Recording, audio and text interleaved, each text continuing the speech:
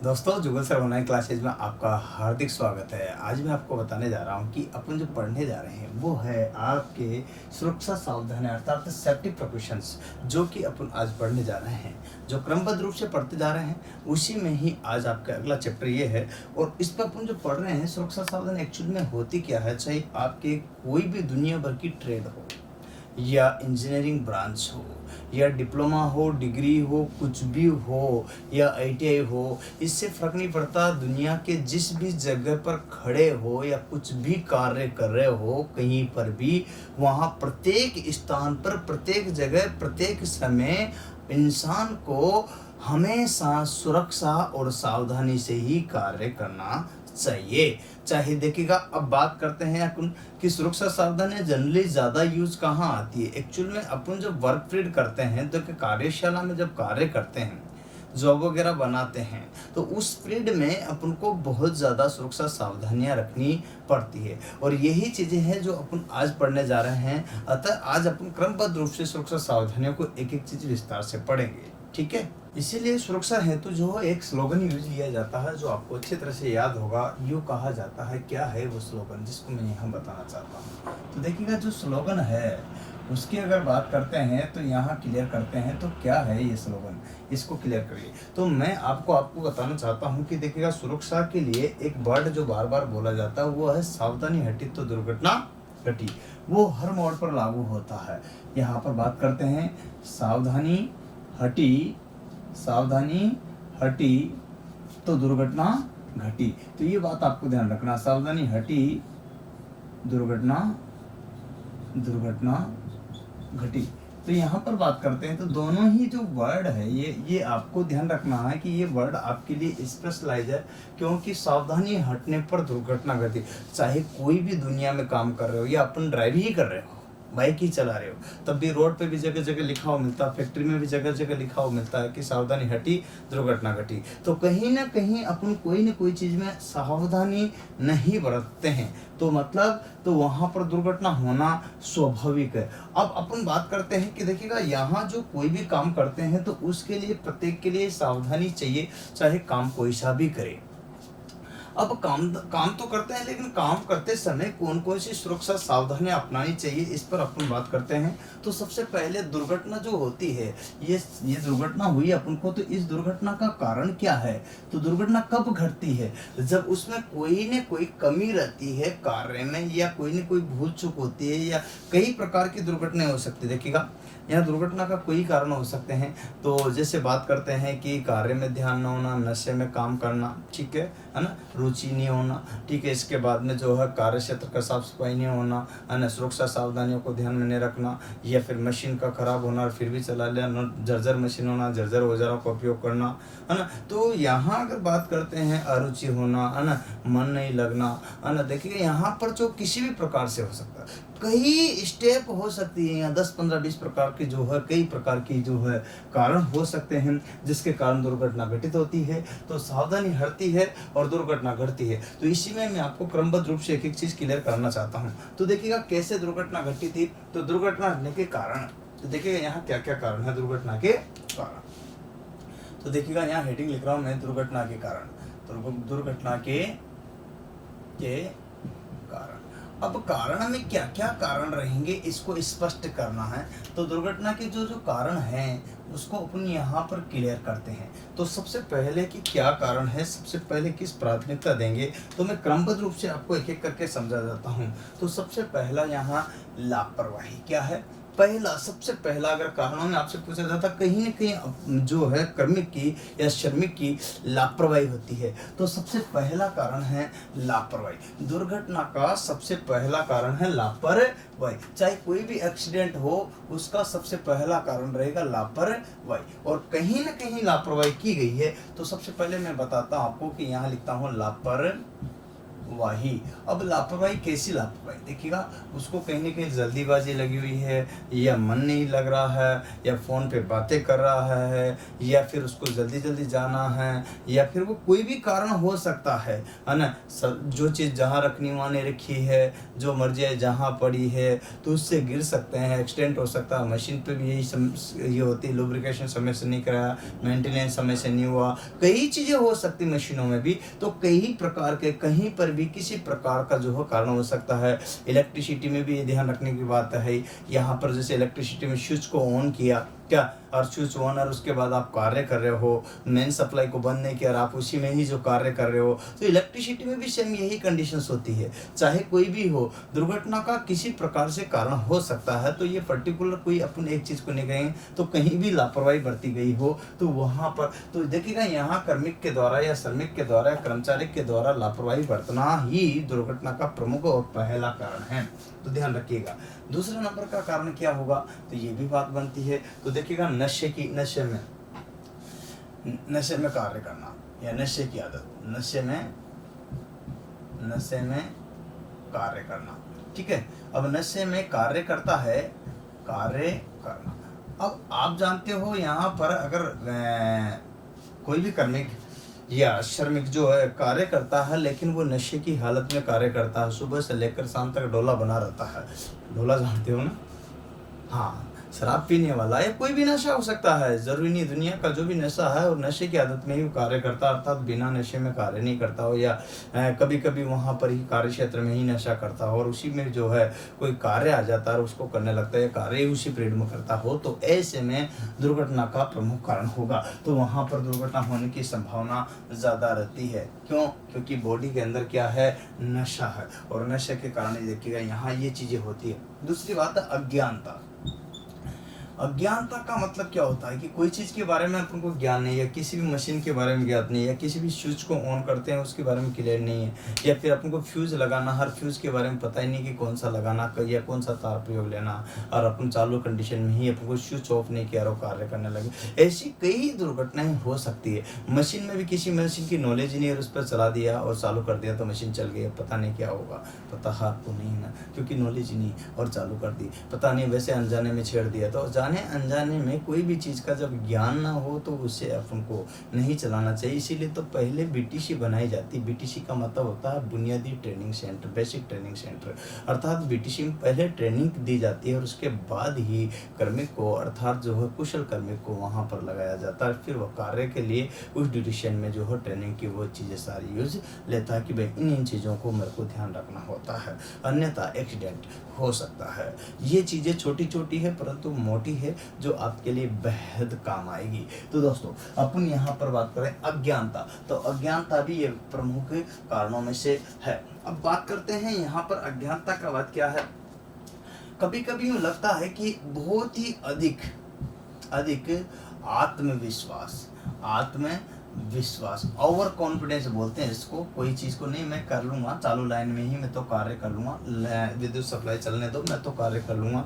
और जब खंबे पे चढ़ता है वहाँ से गिर जाता है तब पता चलता, पोल पे चढ़ता तो वहाँ से गिरता तब पता चलता है, या मशीन में जब कार्य करते हैं मशीन में कोई हाथ आ जाता है या कोई कपड़ा आ जाता है या कोई भी असुविधा जैसे मशीन उल्टी घूमने लग जाती है, कोई भी ऐसा काम होता हो या कहीं फिसलन हो जाती है या लुब्रिकेशन नहीं किया, जर्जर हो गया, कोई पार्ट या टूट गया या नुकसान हो गया, कोई भी चीज़ हो सकती है। इस तरह से जो है जब कोई भी चीज़ यहाँ पर हो सकती है, टूल औजार कहीं पर खराब हो गया तो यूज नहीं लेना आता हो, है ना। अब आपको मान लीजिए एक प्लायर दिया गया और आपको लॉन्ग नोज प्लायर दे दिया और उससे आप कटिंग करने लग रहे हैं, इंसुलेशन हटा लग रहा है, तार को काटने का तो कटेगा क्या? बताओ, नहीं कटेगा ना, क्योंकि उसके लिए तो आपको कॉम्बिनेशन प्लायर चाहिए ना। तो यही, या फिर वायर कटर प्लायर चाहिए, तो वो चीज़ आपको ध्यान रखनी पड़ेगी। या फिर यहाँ पर जो है ना वायर जो तार होता है, तार को इंसुलेशन जो है हटाने के लिए जो अपन चाकू यूज लेते हैं तो वो होना चाहिए। कोई भी चीज़ को एक सिस्टमेटिक तरीके से समझेंगे तो ज़्यादा बेहतर होगा। तो और कॉन्फिडेंस, कभी कभी इसके कारण आदमी फास्ट भी नहीं होकर फेल हो जाता है। कार्य क्षेत्र हो या जीवन का कोई भी क्षेत्र हो या पढ़ाई हो या शिक्षा हो, एजुकेशन में कहीं पर भी सभी में और कॉन्फिडेंस आदमी को ले बैठता है, इंसान को ले बैठता है। ये आदमी के अंदर नहीं होना चाहिए। कॉन्फिडेंस बेहद जरूरी है। आत्मविश्वास के बिना आप अपने लक्ष्य की प्राप्ति नहीं कर सकते, जीवन में सफलता प्राप्त नहीं हो सकती। टारगेट भेदन नहीं कर सकते, परंतु यहाँ ओवर कोई भी चीज़ अति हो, दुनिया की कोई भी चीज़ आप अति करते हो तो वो सब हमेशा जो है नुकसानदायक ही होती है, चाहे कुछ भी हो। जैसे आप यहाँ पर पढ़ाई में भी ज़्यादा अगर 24 घंटे पढ़ने लगोगे तो क्या स्वस्थ रह पाओगे? नहीं, लेकिन पढ़ तो सकते हो ना मैक्सिमम, हाँ, लेकिन ध्यान रखिए उसको धीरे धीरे एक एक साथ नहीं बढ़ाकर स्टेप बाय स्टेप बढ़ा करके उसकी क्षमता बढ़ाई जा सकती है। ऐसे मशीनों के द्वारा भी उनको उत्पादन के फलस्वरूप कुछ टाइम जो है मेंटेनेंस जरूरी है समय समय पर, जिसको POH बोलते हैं, पेरियोडिक ओवरहोलिंग। क्या बोलते हैं? पेरियोडिक ओवरहोलिंग, या OH बोलते हैं ओवरहोलिंग। तो समय आवधिक समय अंत या फिर कोई एक्सीडेंटल केस हो जाता है, ऐसी कोई बात हो तो उसको समय से पहले भी जो मरम्मत हो, ऐसी स्टेप लागू होती है। तो इसीलिए बोलता हूँ कि यहाँ कहीं पर भी आपको और कॉन्फिडेंस में नहीं आना चाहिए, चाहे कोई भी इलेक्ट्रिसिटी कार्य करे या कोई आप मशीन का कार्य करे या आपको टूल्स का कार्य करे या कोई जॉब बनाने का कार्य करे या जॉब की घिसाई करे, या जो भी आप जिस ट्रेड के बिलोंग करते हो उसी या जिस कार्यशाला में हो, जिस जगह या जिस घर पर हो आप, या जिस जगह आप व्हीकल चला रहे हो, तो वहाँ पर भी आपको और कंडीशन, कभी कभी ये लगता है कि हम गाड़ी चलाना सीखते हैं शुरुआत में, तो मोटरसाइकिल चलाना सीखते हैं, अपन को लगता है कि मैं तो कर लूँगा, लेकिन जब शुरुआत होती है ना तो कोई चीज़ नहीं बैठती, उसके लिए धीरे धीरे प्रैक्टिस में आती, तो इधर रेस ज़्यादा खिंच जाती है, क्लच छूट जाता है, आप गिर जाते हो। देखा होगा ना, ऐसे कई केस आपके सामने आए होंगे। और यही चीज़ है, मैं इन्हीं केस की बात कर रहा हूँ, उसको बोलते हैं और कॉन्फिडेंस। तो और कॉन्फिडेंस पे कभी भी इंसान को नहीं आना चाहिए, कॉन्फिडेंस में ही कार्य करना चाहिए, ये मेरा मानना है। अतः ये प्रमुख कारणों में से हैं जो आपको ध्यान रखना है। तो यहाँ पर देखिएगा, है ना, देखिएगा यहाँ सही कोई भी कार्य करते हैं तो सही विधि का प्रयोग न करना, सही विधि का प्रयोग न करना, प्रयोग न करना। देखिए यहाँ होता क्या है कि कोई भी विधि है ऐसी, तो अपन को क्या करना है कि इसका प्रयोग सही विधि है और उसका प्रयोग नहीं किया गया, है ना, तो प्रयोग न करना। तो यूँ समझिएगा कि कोई भी विधि अपन यूज ले रहे हैं, प्रयोग नहीं करना। अब आप कहोगे प्रयोग नहीं करना सही विधि का मतलब क्या है? देखिएगा, मान लीजिए कोई जॉब बनाना है आपको, ऐसा कोई, तो सुनो एक सरल लैंग्वेज में समझिएगा, ये कोई जॉब बना रहे हो आप, राइट, ठीक है, आपको कोई जॉब दे दिया, कोई भी वर्क हो सकता है ना। मान लीजिए आपको कोई स्विच वाले को स्विच लगाने के लिए दिया है कि आपको स्विच लगाना है, या फिर आपको जो है यहाँ पर जो है फ्यूज तार लगाना है, यहाँ जो भी चीज़ें ऐसे कैसे कोई जॉब दे दिया। अब आपको ये जॉब दे दे, इसका जो है आपको जॉब बनाना है, उसका मार्किंग दिया उसने जितना भी साइज। अब आप क्या करते हो कि उसमें जो बिना मार्किंग किए सीधा कटिंग कर दिया। मान लीजिए बिना मार्किंग किए आपने सीधा कटिंग कर दिया। अब सीधा कटिंग कर दिया तो फलस्वरूप ये भाग हटा तो दिया आपने, कटिंग तो कर दिया, लेकिन आपको यह ज्ञात होगा कि ये जो भाग आपने हटाया है, ये जो भाग आपने कट किया है या हटाया है, जरूरी नहीं कि वो सीधा ही जाए। मान लीजिए ऐसा चला गया तो, मान लीजिए ऐसे चला गया तो, मान लीजिए ऐसे चला गया तो, कुछ भी हो सकता है ना, जो टेढ़ा मेढ़ा भी हो सकता है, ऐसे भी बन सकता है, ऐसे भी बन सकता है, ऐसे भी बनता। जो पर्टिकुलर अगर आप इसमें मार्किंग करके करते, कोई भी जॉब को यहाँ मार्किंग करके बनाया जाता, तो उसमें किसी प्रकार की असुविधा आपको नहीं होगी। अतः यहाँ सही विधि का प्रयोग करें, सिस्टमेटिक से पहले मार्किंग करें तो मार्किंग ही करें, जैसे क्रमबद्ध रूप से कि पहले कटिंग करें। क्या करें?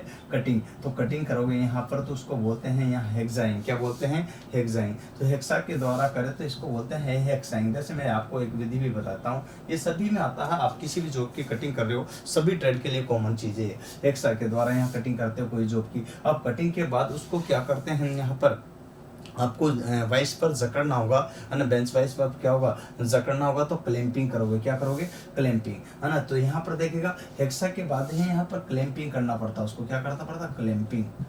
क्लैंपिंग। अब क्लैंपिंग करोगे तो क्लैंपिंग का मतलब होता है जकड़न। क्या होता है? जकड़न। अब जकड़न आपको क्रमबद्ध रूप से करना पड़ा, इसके लिए जो है आपको बेंच वाइस या कोई लेग वाइस का प्रयोग किया जाएगा। अब क्लैंपिंग यहाँ पर हेक्साइन या क्लैंपिंग कर लिया आपने, तो क्लैंपिंग कर ली तो यहाँ तो क्लियर हो गया।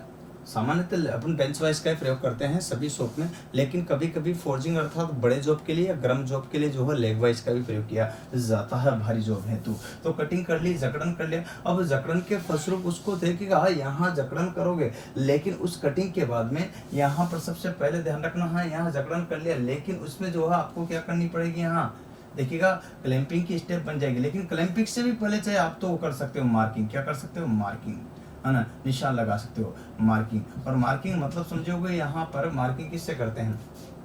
स्क्राइबर वगैरह से क्या कर सकते हैं, अपने वाइट चौक लगाया है ना, तो उसके बाद स्क्राइबर लिया, स्क्राइबर से जो है स्क्राइबिंग करते हैं, क्या करते हैं स्क्राइबिंग, और स्क्राइबिंग करके फिर अपन ने क्या कर दिया उस पर यहाँ पर जकड़न, क्या कर दिया जकड़न, जकड़न का मतलब होता है क्लैंपिंग, क्या होता है क्लैंपिंग, और क्लैंपिंग जो कर दिया फिर जकड़न आ गया, और जकड़न के बाद आप जो जकड़न कर रहे हो उसके बाद जो हो उसको फिनिशिंग देना होता, तो फिनिशिंग का मतलब होता परिष्करण, क्या होता परिष्करण, और परिष्करण अगर करते हो, परिष्करण शुद्ध हिंदी का वर्ड है, निमी वर्ड है, ठीक है, निमी जानते हो ना आप, आईटी की होगी तो सब जानते हो, शुद्ध हिंदी अर्थात जो भारत सरकार की जो बुक है वो निमी है, जिसमें शुद्ध हिंदी वर्ड का प्रयोग किया जाता है, जो हिंदी भाषियों के लिए बहुत महत्वपूर्ण है। जकड़न मतलब यहाँ जब हम करते हैं फाइलिंग, क्या बोलते हैं इसको, फाइल के द्वारा फाइलिंग करते हैं, उससे फिनिशिंग आती है, और जब फाइलिंग कर लिए, मान लीजिए कोई जॉब आपको जिसमें गोल छेद करना है, तो उसके बाद क्या करते हैं ड्रिलिंग, क्या करते हैं, तो छेद जब करता है ना, छेद उसको बोलते हैं, यहाँ पर छेद अगर करते हैं अपन कोई भी, तो ये छेद करने के लिए अपन क्या करते हैं ड्रिल, और ड्रिल का प्रत्येक प्रयोग करते हैं, तो ड्रिलिंग के द्वारा जो कार्य किया जाता है उसको बोलते हैं ड्रिलिंग, क्या बोलते हैं ड्रिलिंग, ये बात आपको ध्यान रखना। अब छेद कर लिया क्रमबद्ध रूप से, जैसे मैं आपको बता भी रहा हूँ, एक सीक्वेंस होती कोई कार्य की, जैसे यहाँ पर बात करते हैं, तो ये जैसे जो चीज जहां पर लगा, ऐसे किसी में बात कर रहा हूँ, छेद छेद कर लिया ड्रिल कर लिया, अब उसको मान लीजिए छेद किया, यहाँ कोई छेद कर दिया, ठीक है, आपने अब छेद किया, इस जॉब को फिनिशिंग करना है, तो उसके लिए किसका प्रयोग है, रेमर का, तो परिष्करण करना है, क्या करना है फिनिशिंग, देखो फाइल के द्वारा फिनिशिंग करते हैं, लेकिन यहाँ पर छेद को फिनिशिंग कर रहे, बात एक ही, तो छेद फिनिशिंग क्या था, यहाँ पर होल फिनिश, क्या होल फिनिशिंग। अब जब होल फिनिशिंग देंगे अपन, यहाँ पर ध्यान रखना होल फिनिशिंग, अगर होल फिनिशिंग देंगे तो क्या स्टेप आएगी आपके यहाँ पर ध्यान रखना, इसके लिए जो आएगा अपना रीमर, क्या आएगा, और रीमर के द्वारा जो कार्य किया जाएगा वो रीमिंग कहलाएगा, क्या कहलाएगा, रीमिंग कहलाएगा, इस तरह से ध्यान रखना है। इसी तरह से जरूरी नहीं होल फिनिशिंग हो गया तो अब उसके बाद उसमें क्या करना है, चूड़ियाँ काटना, तो टेप का प्रयोग करते हैं, तो टेपरिंग करेंगे, क्या करेंगे टेपरिंग, तो यहाँ पर चूड़ियाँ कट जाएगी, क्या कट जाएगी, चूड़ियाँ काटना, क्या चूड़ियाँ काटना, तो चूड़ियाँ काटने के लिए जो प्रयोग लेते हैं तो वो टेप का पड़ता है, उसके द्वारा जो कार्य किया जाता है वो टेपिंग कहलाता, क्या कहलाता, टेपिंग। इस तरह से जो भी है, जैसे number 1, number 2, number 3, number 4, number 5, number 6, number 7, इस तरह से सीक्वेंस वाइज क्रमबद्ध रूप से जॉब को तैयार करोगे, तो ये सारी चीजें होती है। इसी तरह से जरूरी नहीं है आप पीओएच लेते हो, क्या होते हो पीओएच, पीओएच का मतलब होता है यहाँ पेरियोडिक ओवरहोलिंग, मतलब हिंदी में बोलते हैं तो इसको बोलते हैं आवधिक समय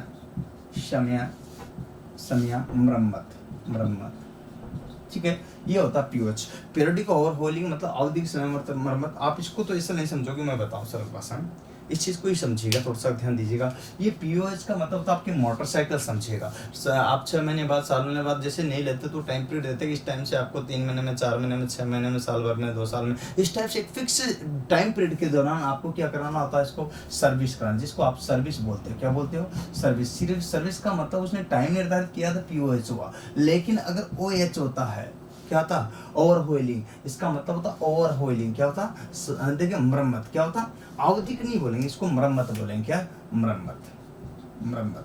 अब यहाँ मरम्मत की बात करते हैं तो एक चीज क्लियर हो जाती है, यहाँ मरम्मत जब होती है, ये मेंटेनेंस जब होगा, तो ये जरूरी नहीं है आपके कोई एक्सीडेंट हो गया, उस केस में जब एक्सीडेंट हो गया मोटरसाइकिल का या अपनी मशीन का या कोई भी चीज़ गिर गई उसके ऊपर, तो ऐसे केस में आपको क्या करना पड़ेगा, समय से पहले भी मेंटेनेंस करना पड़ेगा।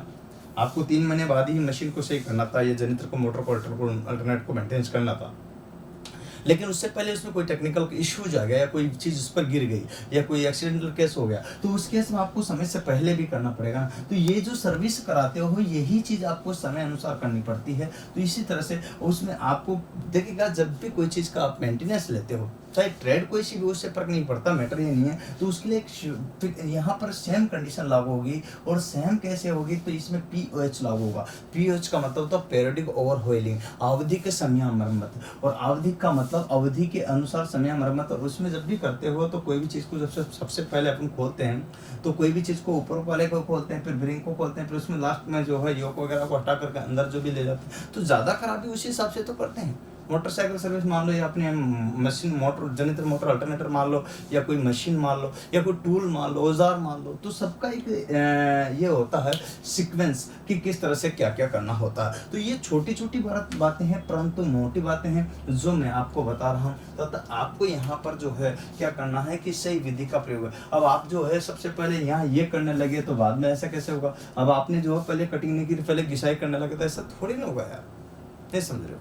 ऐसे तो आप मोटरसाइकिल चालू कर रहे हो, बटन दबाया नहीं आपने चालू वाला, तो बात किक लगा ही नहीं रहे और चालू होना चाहिए, ऐसा कैसे हो जाएगी। सीक्वेंस होती नहीं क्या है ना, क्लच पहले दबा रहे हो क्या, नहीं क्लच पहले दबा मोटर चल जाएगी क्या, रेस पहले दबा दे रहे हो, किक मार रहे हो साथ के साथ ही तो गाड़ी भागेगी। तो ऐसे में जो है आपको असावधानी होगी, एक्सीडेंट होगा, क्या होगा, क्योंकि यही तो बात है ना। इसीलिए तो कहा कि सही विधि का प्रयोग नहीं, एक्चुअल कंडीशन में जो विधि जिसके लिए बनाई गई है वही विधि प्रयोग में लाई जानी चाहिए। सब्जी बनाते हो, स्टूडेंट लाइफ है, सब बनाते हैं, तो पहले ये थोड़ी कि सब्जी डाल दी और उसके बाद में जो है नमक मिर्ची उर्चा डाल फट कर दिया। पहले उसमें नमक मिर्ची डाल मसाला बनाते हो, फिर बाद में सब्जी डालते हो, फिर पकाते हो, फिर स्वादिष्ट लेकर खाते हो। तो क्रमबद्ध रूप से सीक्वेंस से विधि फलस्वरूप ही करेंगे ना, सबकी विधि होती है। तो बिना विधि के, सही विधि के यही आपको करना है ना। जहाँ सही विधि न हो तो वो कार्य ना करे, है ना। तो ये चीजें छोटी छोटी है परंतु मोटी है। तो यहाँ पर वही बताऊँ, अब कोई भी कार्य है उसमें आपकी रुचि नहीं है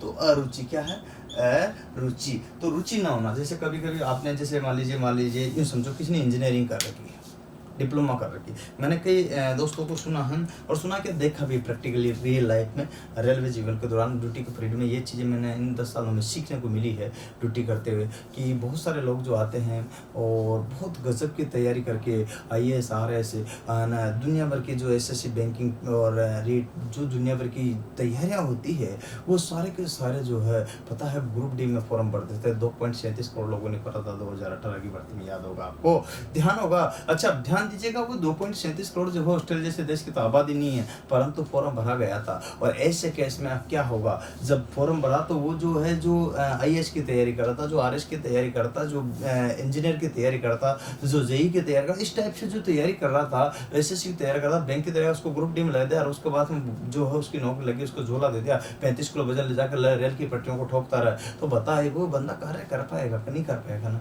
तो उसकी मन से रुचि नहीं होती, इंटरनली फीलिंग नहीं आती कि मैं ये कार्य नहीं करता, मैं इसके लिए नहीं बना हूँ, मुझे तो जो IAS बनना है, मुझे तो इंजीनियर बनना चाहिए था, मुझे तो जो है मतलब ऐसी फीलिंग आती है कि उसको मन ही नहीं लगता था, मैं तो बैंक के लिए तैयारी कर रहा था, यहाँ कहाँ आ गया। तो वो उस वजन को ढोकता, उसको ठोकने का मन नहीं करता। तो कार्य में जब कोई चीज़ की रुचि नहीं होती तो वो कार्य सही हो ही नहीं सकता। तो इसलिए वहाँ पर भी एक्सीडेंट की संभावना पूरी रहती है। तो किसी भी प्रकार से जो है आपको यहाँ मैं एक चीज़ को क्लियर कर रहा हूँ कि कैसे कैसे एक्सीडेंट तो कैसे हो सकते हैं, किस प्रकार से भी, इसका कोई ये नहीं है महीना, किसी भी प्रकार से कहाँ पर भी और किसी भी तरह से एक्सीडेंट हो सकता है ना। हाँ, अब मान लीजिए कोई इंजीनियर है और उसको बोले खंबे पे चढ़, तो वो तो वहाँ थोड़ी कहेगा नहीं, तो ये तो टेक्नीशियन का काम है, ये लाइनमैन का काम है, टेक्निकल हेल्पर का काम है ना, ये टेक्नीशियन का, तब वो क्यों करना चाहेगा। ऐसी स्टेप में वही चीज़ है, तो मन से रुचि नहीं होगी, ठीक है ना। तो क्योंकि जिसकी योग्यता वो वैसी जो है उसको लगता है, जैसे किसी को लगता है मतलब ITI वालों को लोको पैड बन जाता है तो उसको लगता है ये मैं ना,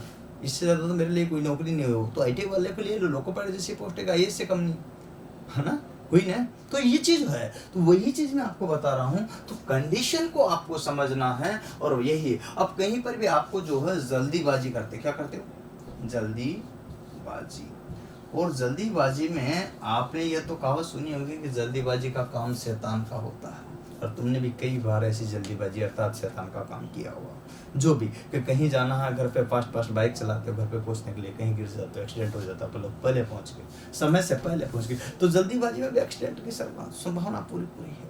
तो वही चीज़ है, कहीं पर भी जल्दीबाजी करते हो तो एक्सीडेंट की पूरी संभावना होती है। अतः जल्दीबाजी न करें, आराम से सुव्यवस्थित करें, प्लानिंग करें। जैसे मशीन पर गए तो वहाँ पर भी कार्य करें तो एकदम सिस्टमेटिक तरह से पहले साफ सफाई करें वहाँ की, या कराए, है ना। तो देखिए पहले दूसरी बात है उसके चेक कर ले कि स्विच ऑन हो रहा कि नहीं हो रहा, ऑफ हो रहा तो उसको पहले चालू करे, उसमें भी देख ले कि हाँ सप्लाई आ रही है, फेज आ रहा है, सारी चीज़ें सारा चेक कर लिया। जो जो जिस स्थिति में जॉब रखा हुआ, जहाँ रखा हुआ, जैसे रखा हुआ, जॉब लगा कि नहीं लगा, कार्य क्षेत्र में वर्किंग होल्डिंग किया कि नहीं किया, अपने फिक्सर पर है कि नहीं है, या जिग पर लगा हुआ कि नहीं लगा हुआ, ये सारी चीज़ें जो है आपको ध्यान रखनी होती है। छोटी छोटी चीज़ें हैं परंतु मोटी चीज़ें हैं, ये चीज़ें हैं जो आपको यहाँ पर याद रहते, तो जल्दीबाजी करते हैं। ऐसे विद्युत कार फटाफट स्विच और जो लगाने लगता है, और वो कहीं पर भी जो है एक्सीडेंट हो सकता है। ऐसे फटाफट नट बोल्ट कहीं ढीला रह गया तो वो आपको ध्यान रखना, मोटर को कस रहे, तो जल्दीबाजी में क्या, तो ये चीज़ें हैं जो आपके लिए बहुत ही ज़्यादा, है ना,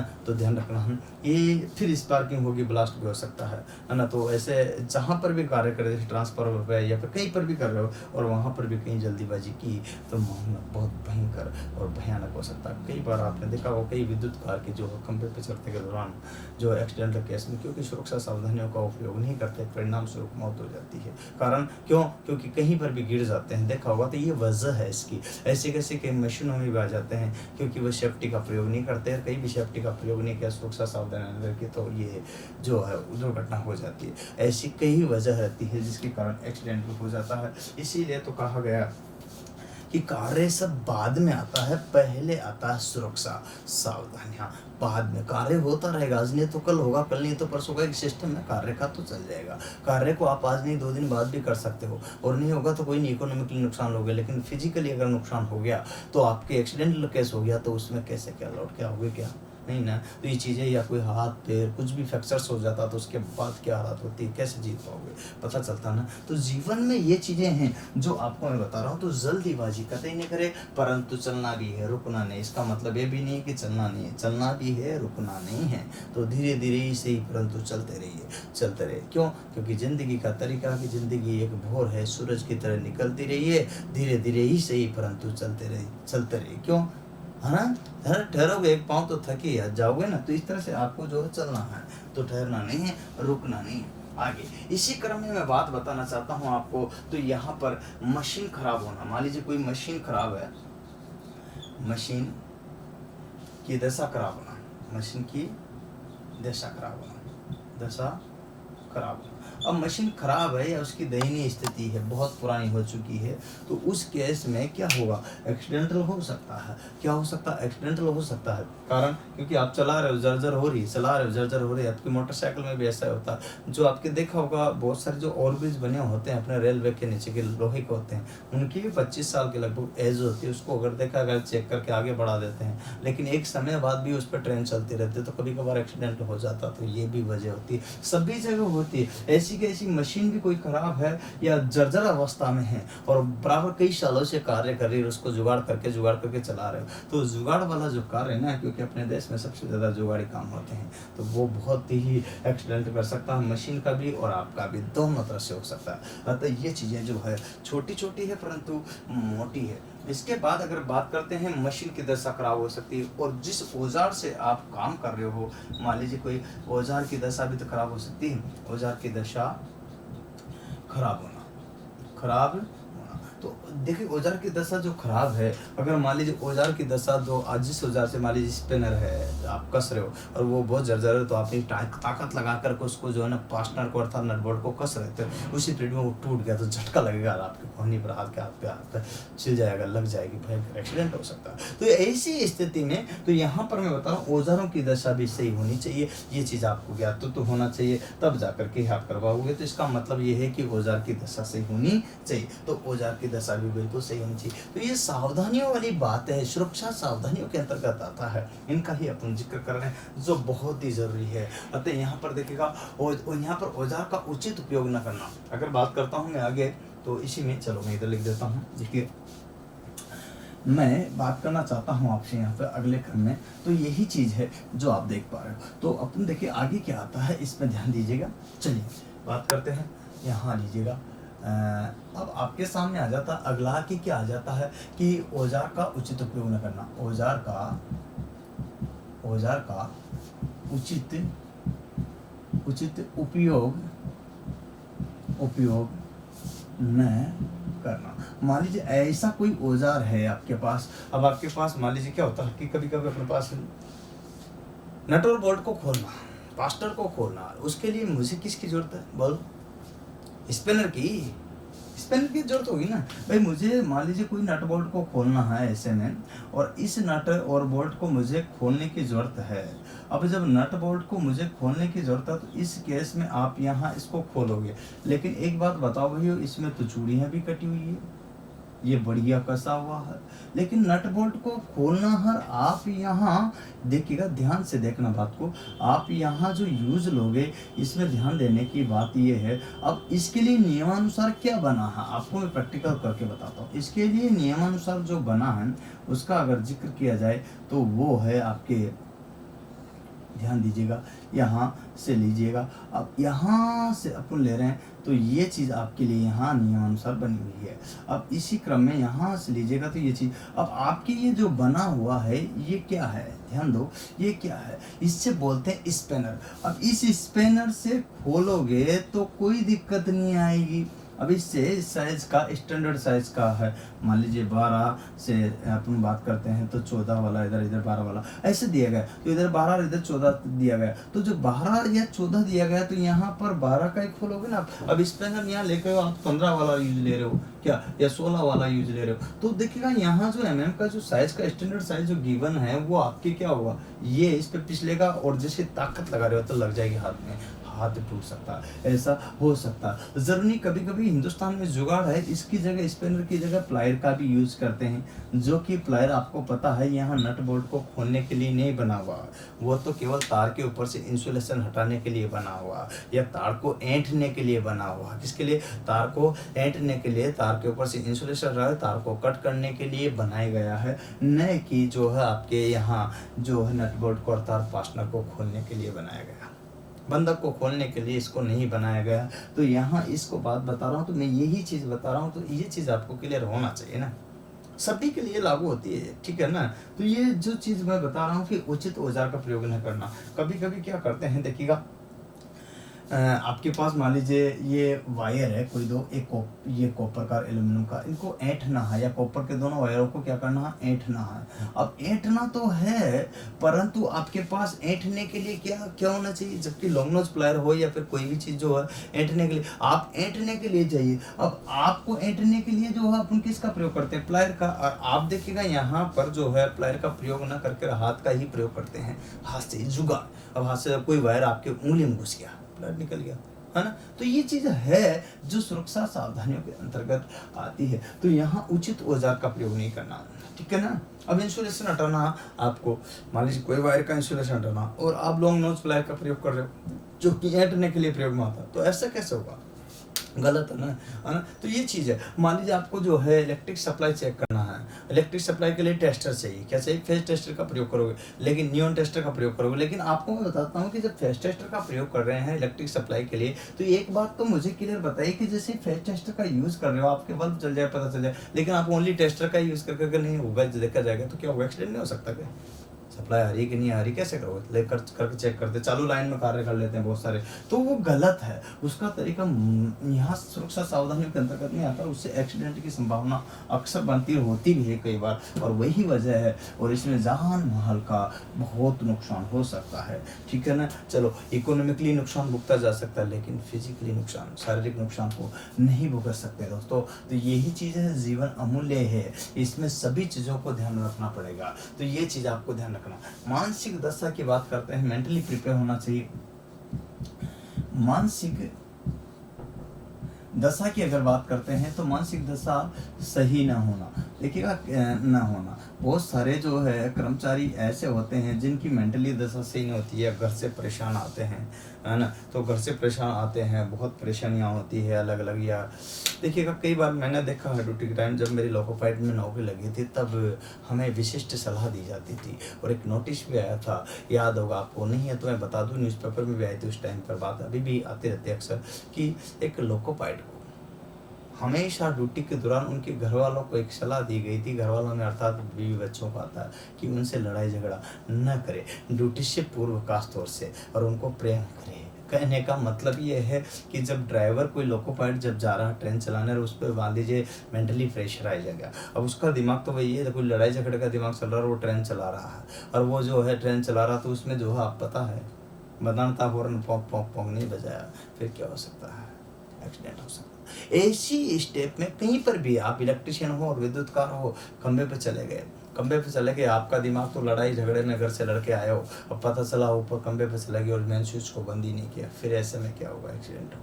तो दोस्तों ये छोटी छोटी बातें हैं परंतु मोटी बातें हैं, और इन्हीं को ही मैं आज एक एक चीज को विस्तार से बता रहा हूँ, क्रमबद्ध रूप से बता रहा हूँ, जिससे कि किसी तरह से कोई परेशानी न हो। सारा का सारा सिलेबस आपको क्रमबद्ध रूप से सीक्वेंस वाइज मिले, अर्थात 1 से लेकर के आपको 200 तक 300 तक जितने भी वीडियोज आए क्रमबद्ध रूप से आए, सीक्वेंस में आए, तो आपको असुविधा परेशानी किसी प्रकार की नहीं होगी, ये बात है। तो मानसिक दशा मेंटलिटी ठीक होना चाहिए। अब मेंटली अगर प्रिपेयर होगा कि नहीं तरोताजगी है तो बढ़िया कम लगेगा, तो अर्थात उसका कोई बीमारी से भी ग्रस्त नहीं होना चाहिए। मेंटली हो सकता है ये भी हो कि कोई बीमारी हो तो वो भी होना चाहिए। इसीलिए तो सबसे पहले जब भी कोई जॉब ज्वाइन करते हो, चाहे किसी प्रकार की नौकरी लगो, सब में मेडिकल टेस्ट होता है, सब में मेडिकल टेस्ट होता है, सब में फिजिकल भी होता है, कुछ कुछ में जहाँ जहाँ फिजिकल की ज़्यादा जरूरत है। तो मेडिकल और फिजिकल होने का यही उद्देश्य है कि बंदा पूर्ण रूप से प्रिपेयर है या नहीं। तो ये चीज़ें आपको यहाँ पर इसीलिए इंगित की गई है। चलिए नेक्स्ट कंडीशन में मैं बात करना चाहता हूँ, तो यहाँ पर औजारों को उचित होगा, मानसिक दशा ठीक होना है ना। और क्या होता है कि सुरक्षा गार्ड क्या होता है, सुरक्षा उपकरणों का प्रयोग न करना, कोई भी सेफ्टी उपकरण है उसका प्रयोग न करना, है ना, नहीं करना। मान लीजिए एक वेल्डर है, सुनो बात को, मैं सभी को लेकर चल रहा हूँ, इसमें कोई दिक्कत नहीं, कॉमन चीजें हैं तो सारी सबके लिए। एक वेल्डर है, अब वेल्डर को पूरी एप्रन दी गई है और वो वेल्डिंग करता है, ठीक है, और उसके बाद उसको पता है हैंडशील्ड भी दिया गया। हैंडशील्ड जानते हो ना, जिसमें काले रंग का जो है आपको बता तो ग्लास लगा रहता है, या फिर गूगल चश्मा दी गई है उसको काले रंग की, जिसकी सहायता से वो वेल्डिंग करे, ठीक है। अब वो क्या करता है, कभी कभार आपने भी किया हो, शायद ITI कॉलेज में गया हूँ तो डिप्लोमा कॉलेज में गया तो वहाँ ऐसा होता है, प्रैक्टिकल के दौरान टीचर के मना करने के बावजूद भी एक बंदा प्रैक्टिकल कर रहा, गूगल लगाकर या हैंडशील्ड लगाकर, दूसरा उसको देख रहा, कैसे में क्या होगा, देखता रहता। टीचर मना करा आपको, नंगे आंखों से मत देखना भाई, अन्यथा आंखें खराब हो सकती है। लेकिन दूसरे दिन को सर मैं तो नहीं आ रहा, कि क्यों मेरी आंखों में दर्द हो रहा, क्यों होता है ऐसा, क्यों होता, क्योंकि उस वेल्डिंग से जो किरणें निकल रही है, वेल्डिंग एसी और DC दोनों से की जाती है, वेल्डिंग से जो किरणें निकल रही है, मैं बात बताऊं तो उससे पराबैंगनी और अवरक्त किरणें निकलती है, जो मानव नेत्र के लिए तो खासतौर से बहुत, अर्थात मानव के लिए बहुत ही हानिकारक होती है। तो उसे नंगी आंखों से लगातार देखा, थोड़ी देर तक तो आंखों में दर्द होगा, यहाँ तक कि आंखों शूज तक भी जाएगी, ये बात आपको ध्यान रखना। तो सेफ्टी प्रिकॉशन में आता है, सुरक्षा सावधानियों में आता है, ये बात आपको ध्यान रखनी पड़ेगी। तो सुरक्षा उपकरणों का प्रयोग करें जहाँ पर जो सुरक्षा के लिए दी गए हैं। आप पोल्स पर चढ़ते हो, खंबे पर चढ़ते हो, तो खंबे पर चढ़ने के लिए भी सेफ्टी जो उपकरण है, बेल्ट वगैरह लगाए, जो है आपके औजार साथ रखे, ये चीजें हैं जो कि आपको बराबर, क्योंकि बाय द केस में हाथ छूट गया, ऐसी कोई बात हुई तो आप सुरक्षित रह सके, गिर ना सके और लगने से बच सके, क्योंकि ये सेफ्टी है, सारी सुरक्षा है। ऐसे किसी मशीन का जब प्रयोग करते हैं तब भी वहां पर भी सेफ्टी रखी जानी चाहिए। इसी प्रकार से जब लिफ्टिंग का प्रयोग करते थे, लिफ्टिंग में ऊपर चढ़ते तो वहां पर भी नीचे जो सुरक्षा गार्ड के रूप में कुछ लगाया जाता, तो वो आपको लगाना चाहिए, अन्यथा गिर भी जाए तो कम से कम जो है 2 मंजिल 3 मंजिल से गिर जाए तो क्या होगा, बचने की ये तो होना चाहिए कुछ न कुछ, तब जाकर के आपको यहाँ ये सुरक्षा उपकरणों की बात करें वो होना चाहिए। तो ध्यान रखना, कार्य कर रहे हो तो ग्लव्स का प्रयोग बराबर किया जाए, ऐसा एप्रिन बराबर पहनी जाए। तो यहाँ पर तो कई वजह हो सकती है जिसकी बात कर रहा हूँ मैं यहाँ पर, तो आगे देखिएगा, है ना। अब इसी में देखिए अगला, जैसे एप्रिन, है ना, एप्रिन जो अपन ड्रेस पहनते हैं, एप्रिन का ढीला होना, है ना, ढीला होना। तो यहाँ पर, या फिर कभी कभार आपने देखा होगा तो तुम गमछा वगैरह डाल के आ जाते हैं, गमछा जानते हो ना, गमछा वगैरह डाल के आ जाते हैं, या टाउल साफी ऐसा लपेटा हुआ, तो या फिर ढीले कपड़े हैं, एप्रिन वगैरह जो ड्रेस पहनी जानी चाहिए वो ढीली, इधर जा रही उधर जा रही, तो उस केस में कोई मशीन चल रही है और आपका गमछा गले में पड़ा हुआ और वो मशीन के चक्कर में चल गया, क्या अब वो चल रहा था उसमें जाकर फंस गया, तो चल गया तो आपकी गर्दन भी जा सकती है। बोलो इससे बड़ा एक्सीडेंट क्या हो सकता है। इससे बड़ा एक्सीडेंट क्या हो सकता है? छोटी छोटी बातें हैं परंतु मोटी बातें। दोस्तों यूँ तो मैं पढ़ाने में देखिएगा मोस्ट इंपॉर्टेंट क्लासें पढ़ा करके शुरुआत से कर सकता हूँ जिससे प्रभावी बनता है, लेकिन देखो सिलेबस तो सिलेबस के तरीके से ही चलता है। नंबर 1, नंबर 2, नंबर 3 लास्ट तक जाएंगे तो लास्ट की क्लासें आनी चाहिए सीक्वेंस वाइज क्रमबद्ध रूप से, तब जा करके सिलेबस कोर्स पूरा होता है। यूँ कहने से कुछ नहीं होता। वैसे तो आप कोई सी भी क्लास लो उससे कोई फर्क ही नहीं पड़ता आगे पीछे वैसे, लेकिन आप जब रजिस्टर बनाते हो, जब आप तैयारी करते हो तो क्रमबद्ध रूप से करते हो तो ज़्यादा समझ में आता है जिस तरह से आपको क्लियर होना चाहिए। आपको क्या लगता है सुरक्षा सावधानी से? ऐसा कोई भी पेपर नहीं है दुनिया का जिसमें ITI का बंदा हो, डिप्लोमा का बंदा हो, डिग्री का बंदा हो, कम से कम 3 से 5 क्वेश्चन ना पूछे गए हो। ऐसा कोई भी नहीं है जिसमें क्वेश्चन ना पूछा गया, चाहे ITI हो, डिप्लोमा हो या कोई भी कंपटीशन हो, DRDO, बेल हो, सेल हो, लोको पायलट टेक्नीशियन हो, यहाँ तक कि अपने लाइनमैन हो या टेक्निकल हेल्पर हो, कोई भी दुनिया की भर्ती निकलती हो, उन सभी में सुरक्षा सावधानियों से लगभग ITI डिप्लोमा डिग्री वालों की जो भी भर्ती निकलती है जरूर 2 से 5 क्वेश्चन तक पूछे जाते हैं। ये बात आपको ध्यान रखना दोस्तों। मित्रों ये बात बहुत महत्वपूर्ण है। अतः मैं वही चैप्टर करा रहा हूँ, कराने में तो यूँ आगे पीछे इंटरेस्टिंग देख करके हाँ लड़कों से वाई लूटना है तो वो अलग बात है, मुझे नहीं चाहिए वाई। मुझे तो, मैं तो पहले हर वीडियो में बोल रहा हूँ और आज फिर बोल रहा हूँ, ध्यान रखिएगा। आप तो वहाँ से वीडियो परचेज कीजिए, वहाँ से पेन ड्राइव कोर्स परचेज कीजिएगा, वहाँ से ऐप कोर्स परचेज कीजिएगा, वहाँ से गूगल कोर्स परचेज कीजिएगा, जहाँ पर आपको बेहतर लगे, बेहतर टीचर पढ़ा रहा हो। पहले देखो 10 वीडियो, 20 वीडियो, 50 वीडियो, अगर आपको सारे वीडियो लग रहे हैं कि नहीं ये बेहतर टीचर है, नहीं इससे ये बेहतर है, इससे ये बेहतर, दुनिया में बहुत सारे जो है टीचर है एक के बाद एक, जहाँ बेहतर है तो वहाँ से पढ़े, जरूरी नहीं आप मुझसे ही पढ़े। और लगता है कि आपको कि मैं आपके लिए उचित हूँ तो आप मुझसे भी प्रयुक्त कर ही सकते हो, वीडियो कोर्स के रूप में आपको मिलेगा, है ना। तो यहाँ पर यही चीज़ें हैं। ट्रेड चाहे कोई सी भी हो, परेशान होने की जरूरत नहीं है। सारी ट्रेड का कोर्स उपलब्ध अपने पास में, सारी ब्रांच का कोर्स उपलब्ध है। तो दोस्तों एक एक चीज़ को मैं क्लियर कर रहा हूँ, तो आपको ये चीज़ें छोटी छोटी है परंतु मोटी है, ध्यान देने की बात है। चलिए नेक्स्ट क्रम में अपन बात करते हैं तो एप्रिन का ढीला नहीं होना। इसके बाद अगर बात करते हैं तो नेक्स्ट कंडीशन जो आती है वो क्या आती है? पुर्जों का सही स्थान पर न रखना। जो भी कोई पुर्जे हैं, पार्ट्स है जो अपने बनाए हैं, यूँ बोल सकते हैं जॉब का सही स्थान पर न रखना। तो जॉब का या पुर्जों का, जॉब या पुर्जों का सही स्थान पर, स्थान पर न रखना।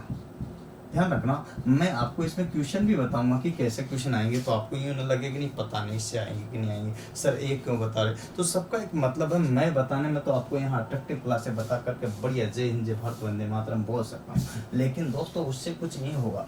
हकीकत अलग है। मैं जो चीज़ बता रहा हूँ वो शुरुआत से है, अतः वो ज़रूरी चीज़ें हैं। ज़्यादा बेहतर तो वही होगा जब आपको एक एक चीज़ को सुव्यवस्थित तरीके से बताया जाए, तो ये चीज़ है। तो ये मैटर करता है। तो यहाँ पर वही चीज़ें हैं जो छोटी छोटी है, परंतु यहाँ पर अब जॉब पुर्जे का सही स्थान पर रखना, मान लीजिए मर जाए, जहाँ पर कोई भी चीज़ पटक दिया, अपने घर पर भी रख देंगे तो क्या मिल पाएगी वो, या मिल भी जाएगी तो क्या आप जा रहे हो और कहीं पर जॉब रख दिया आपने, कोई बंदा जा रहा है और वो टकरा गया उससे या फिर उसके ठोकर लगी, गिर गया, तो उस केस में क्या होगा बताओ। सोचो उस केस में क्या हुआ उस बंदे के साथ में। तो वही चीज़ है, छोटी छोटी चीज़ें, वो आप भी हो सकते हो, हम भी हो सकते हैं, कोई भी हो सकता है ना। तो जो चीज़ जहाँ पर है 5S का प्रयोग करें। 5S जानते हो ना, मैं बताऊँ आगे इसी क्रम में। पर्याप्त लाइट व्यवस्था का न होना। तो देखिए यहाँ पर बात करते हैं पर्याप्त लाइट का न होना, मतलब प्रकाश जो है पर्याप्त रूप तो नहीं मिलता है, तो उस केस में आपको साफ दिखाई नहीं दे रहा हो, ऐसी कोई अव्यवस्था है, तो उसके कारण जब नहीं दिखाई देगा तो क्या होगा। तो उस केस में आपको ध्यान रखना है कि यहाँ आप एक्सीडेंट के शिकार हो सकते हो। तो पर्याप्त लाइट होना चाहिए, जिस जगह पर कार्य करें वहाँ लाइटिंग व्यवस्था बढ़िया हो, प्रकाश की व्यवस्था बढ़िया हो, इस तरह से कोई दिक्कत ना हो, ये चीज़। अब आप कहीं गांव से आए हो या कहीं चले हुए आए हो 2 दिन से गांव से, थकान हो रही है, तो थकान की अवस्था में भी या फिर जो है कमजोरी की अवस्था में भी, तो ये चीज़ ध्यान रखना है।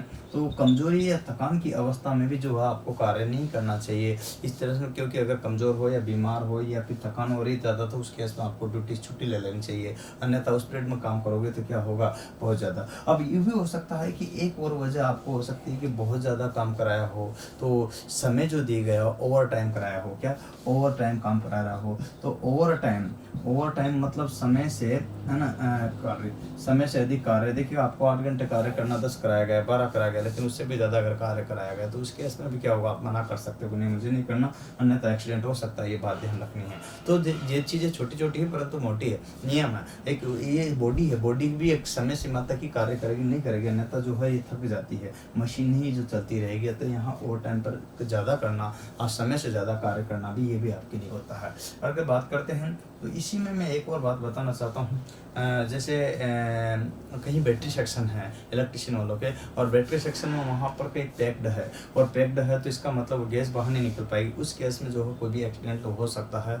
अतः जो है निर्बाध वायु क्षेत्र का होना, निर्बाध वायु होना, निर्बाध मतलब बाध्य रहित, निर्बाध वायु गमन, है ना, वायु का गमन जो होना चाहिए, तो वो आगमन जो है, गमन या आना जाना, तो वो क्या आसानी से हो सके, जिससे कोई भी एक्सीडेंटल केस ना हो। तो ये चीज़ें जो है छोटी छोटी परंतु मोटी है, आपको याद रखना। आपको उम्मीद भी नहीं होगी कि ये इतने सारे क्वेश्चन हैं, और इनसे क्वेश्चन कैसे बनते हैं सर, ये बात भी तो 1-2 क्वेश्चन हमें बताइए, तो मैं आपको 1 क्वेश्चन 2 क्वेश्चन क्या 10 क्वेश्चन बता सकता हूँ। इस टाइप से हर बार इनमें से क्वेश्चन पूछा ही जाता है, जो कि बहुत ज़रूरी है। और इसी तरह से सुरक्षा सावधानियों के लिए जो है, सावधानी हटी तो दुर्घटना घटी। लेकिन मैं बात बताऊं तो आपको यहाँ पर ध्यान देना है कि यहाँ क्या क्या होता है, किस किस तरह से होता है। तो क्वेश्चन आया था, मैं आपको पहले क्वेश्चन पे लेके जाता हूँ। चलिए देखिए किस तरह से क्वेश्चन आया था, मैं उधर ही लेने की कोशिश करता हूँ। तो सबसे पहले जो क्वेश्चन आया है उस पर जिक्र करते हैं, तो क्या आएगा, ध्यान दो।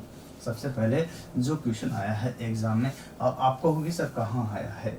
देखिए यूपीपीसीएल की जो भर्ती आई थी, उसमें यूपीपीसीएल इसमें आया था, और इसमें जब आया था तो कैसे क्वेश्चन आया था मैं आपको बता देना चाहता हूँ। तो लिखिए क्वेश्चन नंबर 1, ये लीजिएगा यूपीपीसीएल का क्वेश्चन नंबर 1।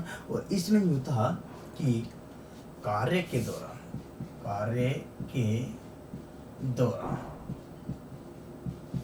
कौन सी सावधानी या अति जरूरी है होती है। चलो देखो, कार्य के दौरान कौन सी सावधानियां अति जरूरी होती है। तो ये चीज़ आपको ध्यान देना कि कौन सी सावधानियां बहुत ही ज़्यादा जरूरी होती है। तो मैं यहाँ पर बता देना चाहता हूँ, तो ऑप्शन नंबर 1, ठीक है, आप देखिएगा कार्य के दौरान यहाँ पर अति जरूरी होती है। तो सबसे पहले अगर बात करते हैं तो क्या होगा, तो लिखिएगा यहाँ पर अज्ञानता, दूसरा नशे में कार्य करना। ठीक है, कौन सी सावधानियां अति जरूरी होती है, कार्य न करना जरूरी होती है। अज्ञानता का, देखिएगा यहाँ अज्ञानता का न होना, अज्ञानता का नहीं होना था, कोई भी मशीन की जानकारी होना। लैंग्वेज थी वहां पर, आपको ध्यान रखना है 5S की जानकारी होना, 5S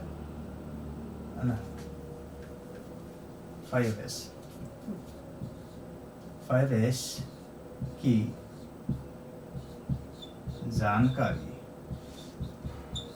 होना। ठीक है, नेक्स्ट, ये ध्यान रखना है, छोटी छोटी बातें हैं परंतु मोटी है, इस पर एक एक चीज पर अमल करने की बात है ना। छोटी छोटी बातें हैं परंतु मोटी है, अमल करने की बात है। अति आत्मविश्वास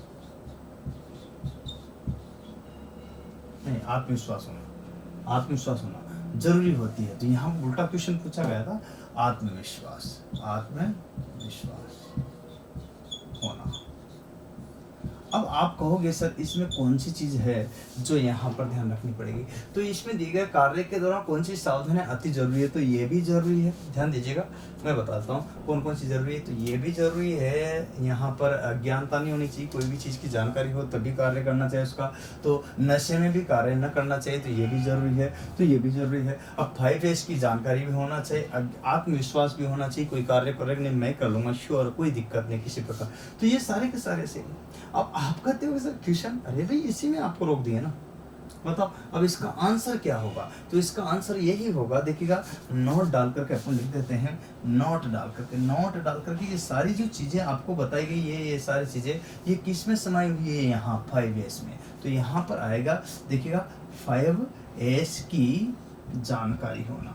अब 5S की जानकारी, तो 5S की जानकारी होना, पहली बात तो ये जापानी जो पद्धति है उसका प्रयोग किया गया है। और इसमें बात बताऊं कि क्या होगा इसका इंडियन में भी मैं आपको, अच्छा 5S से सबसे पहले इसका आंसर ये होगा क्योंकि इसमें सारी चीज़ें समा जाती है और सबसे ज़्यादा बाहुबली है ये भी चीज़, तो सबसे पहले 5S आती है, ये सारी चीज़ उसमें आई जाती है। फिर भी इसके अलावा कुछ चीज़ नहीं आती, तब भी यहाँ पर प्राथमिकता चूज करनी है, प्राथमिकता का चयन करना। इस टाइप से क्वेश्चन जब आते हैं एग्जाम में तो बड़ा तकलीफ आती है कि सावधानी अति जरूरी है। तो सभी अति जरूरी है, लेकिन सबसे ज़्यादा जरूरी है, ये भी जरूरी, ये भी जरूरी, ये भी जरूरी, ठीक है ना?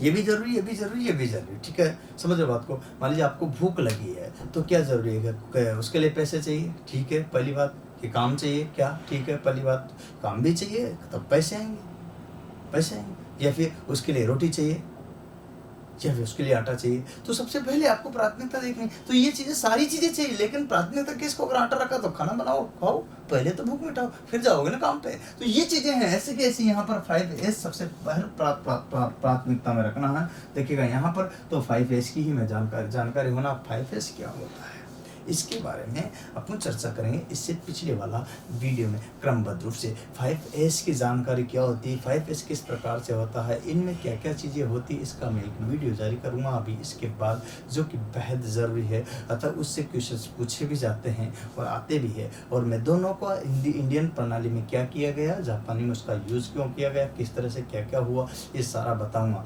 लेकिन अभी जो ये पढ़ाया मैंने समझाया, एक एक चीज़ आपको ये क्लियर हुआ होगा, उम्मीद करता हूँ। ये सारी बातें आपको पसंद आ रही है तो अपने दोस्तों को, अपने मित्रों को ये जो है शेयर कर दीजिएगा, लाइक कर दीजिए, सब्सक्राइब कर दीजिएगा। और अपना आपका इसमें 1 रुपये भी नहीं लगेगा अपने दोस्तों को भेजने में। उम्मीद है आप मेरी ये सब बातें फॉलो करोगे ना? हाँ दोस्तों, देखिएगा यही बात मैं बताना चाहता हूँ, तो लगे रहो, आप पर हम चलेंगे एक दिन और लक्ष्य की ओर बढ़ेंगे, है ना? हाँ देखिएगा यही बात है, मैं क्लियर बोल रहा हूँ आपसे, स्पष्ट बोल रहा हूँ।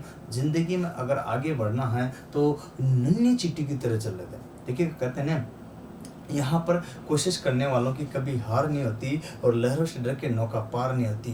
देखिए लहरों से डर के नौका पार, नन्ही चींटी जब दाना लेकर चढ़ती तो चढ़ती दीवारों पर 100 बार फिसलती है। मन का विश्वास रगों में साहस भरता है, गिरकर चढ़ना और चढ़कर गिरना नहीं करता है। आखिर मेहनत उसकी बेकार नहीं होती और कोशिश करने वालों की कभी हार नहीं होती। लहरों से डर के नौका पार नहीं होती। तो उम्मीद है आप किसी भी तरह से लहरों से नहीं डरोगे और नौका को पार ले जाओगे। आप और हम बढ़ते रहेंगे, मैं आपके साथ हूँ, आप भी मेरे साथ हो। तो लाइक सब्सक्राइब शेयर करते रहिएगा। बहुत बढ़िया, फिर से मिलेंगे नेक्स्ट वीडियो के साथ। जय हिंद, जय भारत, वंदे मातरम।